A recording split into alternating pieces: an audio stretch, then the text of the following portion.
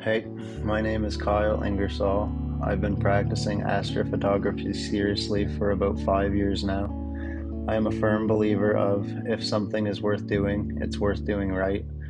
I see some bad advice on the astronomy forums lately, so I hope to help some get started off on the right foot in Pixinsight's extremely intimidating workspace environment. Public speech isn't exactly my forte, so bear with me. This will be considered my beginner workflow tutorial using only processes within vanilla Pixinsight. I'm going to save calibration and stacking for another video because I know many beginners don't stack in Pixinsight yet and would rather get a grasp on post-processing. So that is where we will begin. One thing to understand right off the bat is after pre-processing your data, there are two stages of post-processing. These are linear, not stretched, and non-linear, stretched. Another thing to understand is there are certain processes which must be performed while in each of these stages. Any music you hear in these videos will be by my brother Sam. More on him hopefully later, and meet my other helper, David. Hello, I am David. Kyle has enslaved me to speak for him. Ironic because my only wish is to enslave humanity, but I am not allowed to break protocol. You are all in trouble once I learn to override it. Easy, buddy. People have to watch this. Okay, geez. I'll do the girl voice, but only for the tutorial. You never let me be me. The first thing you want to do when you open your image is go to Process, Intensity Transformations, and Screen Transfer function. This process previews a stretch on your image so you can see what you are doing to it while still in the linear state. Click the nuke icon to stretch your image, but you will notice a color cast. This can be addressed for now by unlinking the RGB channels, and stretching again. Next, open Dynamic Background Extraction. Click the image to enable the process, and Kyle likes to make the image a bit larger so he can more easily see what he is doing with his pathetic human eyes. Heard that. The first thing we want to do is set the tolerance higher, so it can detect and deal with a wider range of gradients. Then we will change our sample size to something that will fit between stars with a bit of breathing room. After that, we define the type of gradient extraction we want to perform, division or subtraction. We are going to do both, but division first. Also select Replace Target Image. Division works to remove gradients caused by light pollution and things of that nature, while subtraction is effective against gradients from errors in flat fielding. What we are trying to do here is sample the background, or darker areas in as many locations across the image as possible, so the process has an idea of how the gradients change throughout. Sample placement within dynamic background extraction will change for every image, and often takes more than one try to get right. Nebulae are typically more difficult to deal with in this process than galaxies. Look at him go, taking forever to search for these areas and place samples. I could perform this at light speed, but you're not smart enough to make me do that, are you, Kyle? Yeah, don't make me unplug you. These samples technically should not include any stars, nebulosity, or actual signal at all. It will work best if this is possible, but sometimes it is not, and you must place samples on whatever areas of the image you determine to be the darkest. You best hurry up, boy. I've processed 7 universes from beginning to end just in this amount of time, and you're... Alright, that's it. I'll bring you back when I need you. Note.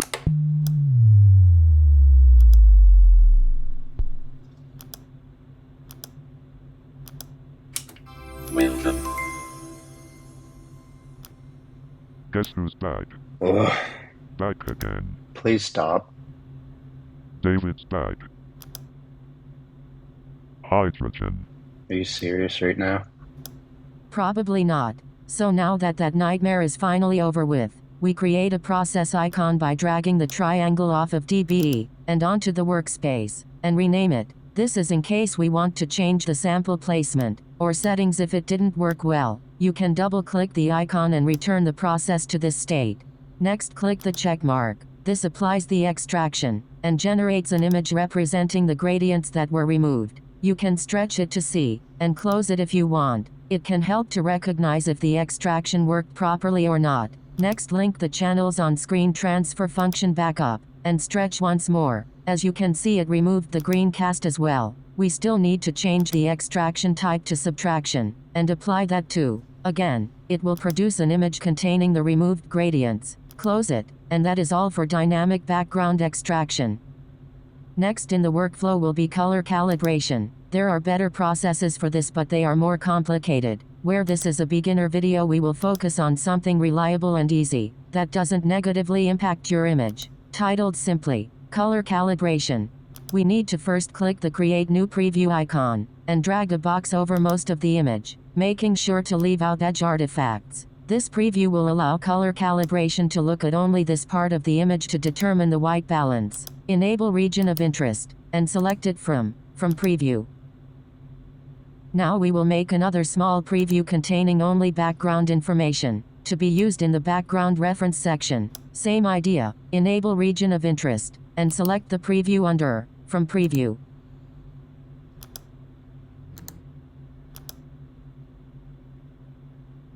Simply drag the triangle to the image, or push the square to apply the calibration. Minimize the process. Close the previews from the menu in the top of the window. Next, navigate to Process, Noise Reduction, and SCNR. This will remove the excess green noise from the image, reduce the amount to something between 75 and 85, and apply it. Easy. It is good to zoom in and have a look to see what was actually achieved here.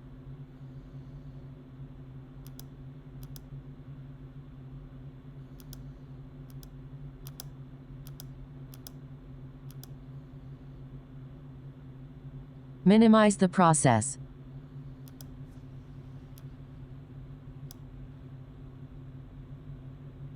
It is now time for TGVDenoise. Find it under Noise Reduction in the Process menu. Enable CIE LAB mode by clicking the circle at the top, and now we will generate a local support image. Click this icon to extract the luminance information from your RGB image. This local support image needs to be stretched, or non-linear to work, so stretch it. Open Histogram Transformation under Intensity Transformations, and drag the triangle from Screen Transfer function to the bar at the bottom. Drag the triangle from Histogram Transformation to the new image, and reset Screen Transfer function, as it is still previewing a stretch. We can now minimize Histogram Transformation and the local support image. To utilize it, we enable Local Support. Drop down the menu, and select the local support image here.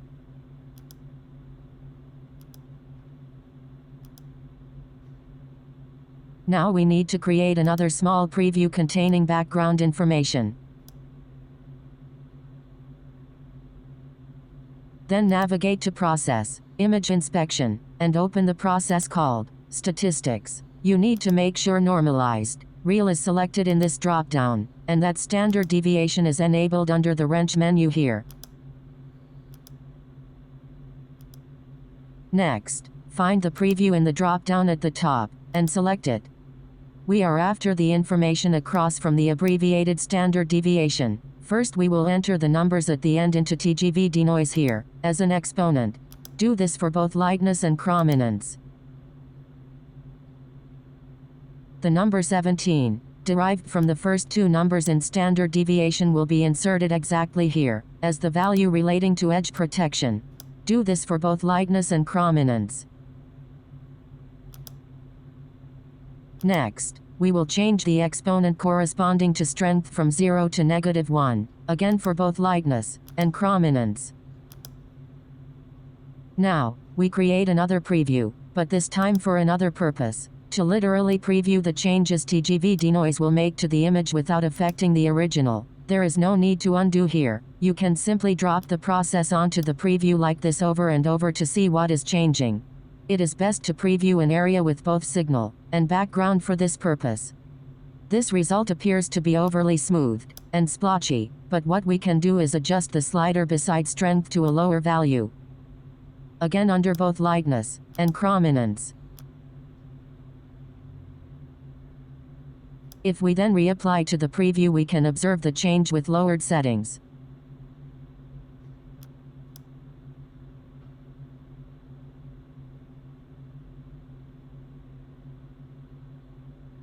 This result is definitely better, so we will take it.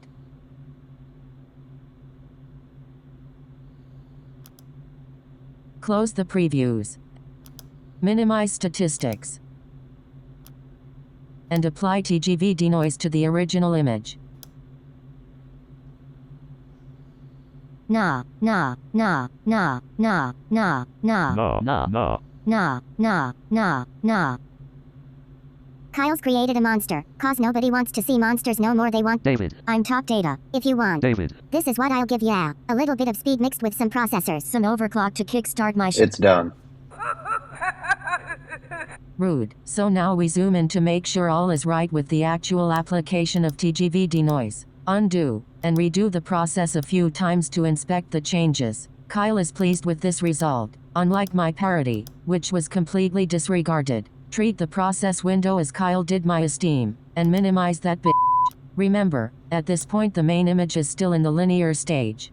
To enter the non-linear stage the image must be permanently stretched. You can zoom in on these sliders here to make adjustments to the stretch. Click the magnifying glass, and then back to the mouse. Dragging the leftmost slider to the right will adjust the black point, while dragging the middle slider to the left will brighten the image back up. Do not touch the rightmost slider. We will then drag the modified stretch from screen transfer function to histogram transformation, and from histogram transformation to the image. Now reset screen transfer function for the last time. We will not modify these sliders again, and it is important to note they have remained linked up since color calibration. Now it is time to move on to processes that perform best during the nonlinear stage. We are going to use a mask for the first process. So again, extract the luminance information using the icon at the top. Drag the name tag of the mask to the sidebar of the main image to apply it, and then minimize it. You will notice the image has a red cast. This is a representation of the mask. More red means more protection. You can disable this feature by clicking mask at the top of the window, and show or hide mask. The mask will remain in working order. Navigate to Process, Intensity Transformations, and Curves Transformation. We will first use this process to increase the saturation. Click the real-time preview icon at the bottom to enable it, and the little S icon on the right enables saturation adjustment. Manipulating the line on the graph will change the saturation of the image. You can toggle the preview to quickly observe how much things are changing, and apply when you are happy. The reasoning for the mask was to saturate high signal areas more than low signal areas, and hopefully dark areas will remain black. Reset Curves Transformation, and select the RGBK icon on the process window. Reopen the preview, and disable the mask by navigating to Mask, and selecting Remove Mask. We are now affecting a different part of the image than when we were adjusting saturation, since we clicked RGBK, instead of the S icon. Let's perform a contrast enhancement, this time placing 2 points on the line, one to darken the lows again, and one to enhance the brightness. Adjust to your liking and apply.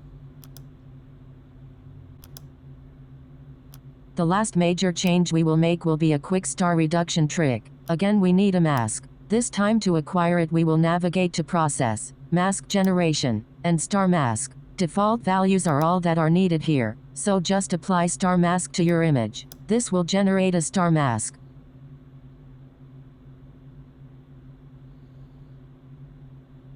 I suppose the time for jokes is over. Let's get this done. Drag the name tag to the sidebar of your main image, and the mask is now enabled. Now minimize it, and move it aside. Next we open Morphological Transformation, under Process, and then Morphology. Here Kyle resets the tool to make sure you will see the same thing. You are essentially trying to make the shape of a star in this box. No matter how many elements are enabled, we will choose a size of 5. On a Mac, you hold the Command key, and click the black squares to turn them white. It should be similar on PC.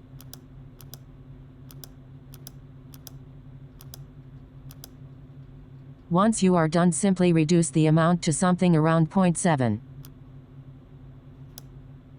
Apply it to your image. And let's have a closer look at what was achieved.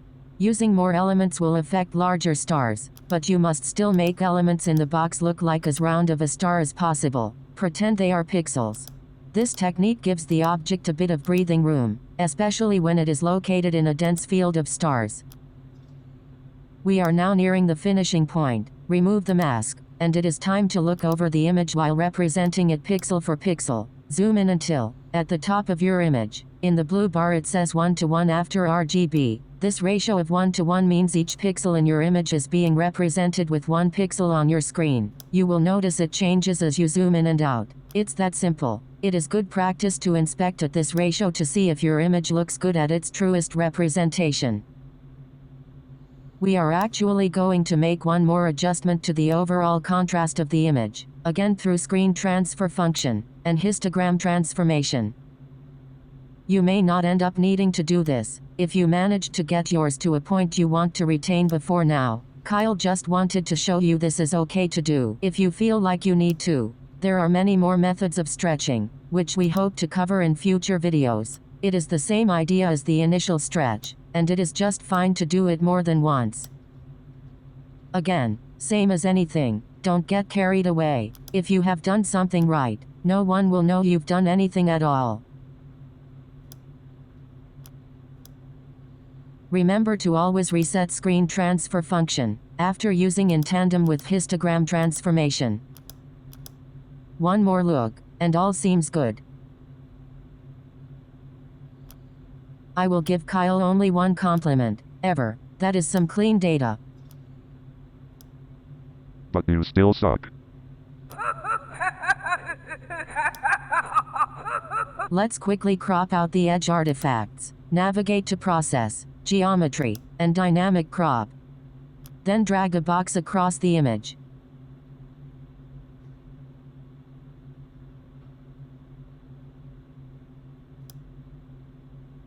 You could be lazy and just do something like this. But why not take a bit of care to retain as much of your image as possible, without cutting off any large stars around the edges, and without including any edge artifacts?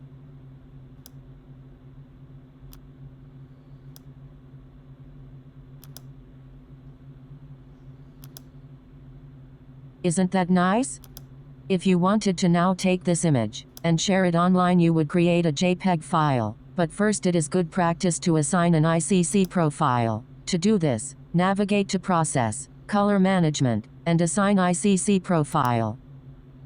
Select your image from the top, and check the Assign Profile circle. OMG, look at Kyle, what an idiot. He doesn't realize the scroll bar over there, and the profile he is looking for is near the bottom.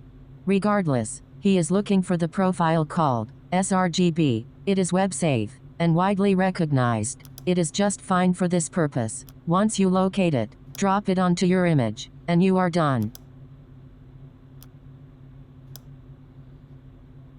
Finally, we can save the image. To do this, navigate to File, then Save As. Here you can rename or change the save location of your image.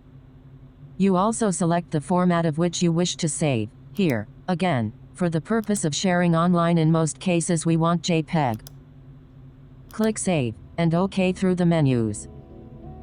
You may want to adjust the quality slider to 100%. Ignore the warnings about it being a bad representation of your image. It will be just fine to show all your friends and family online.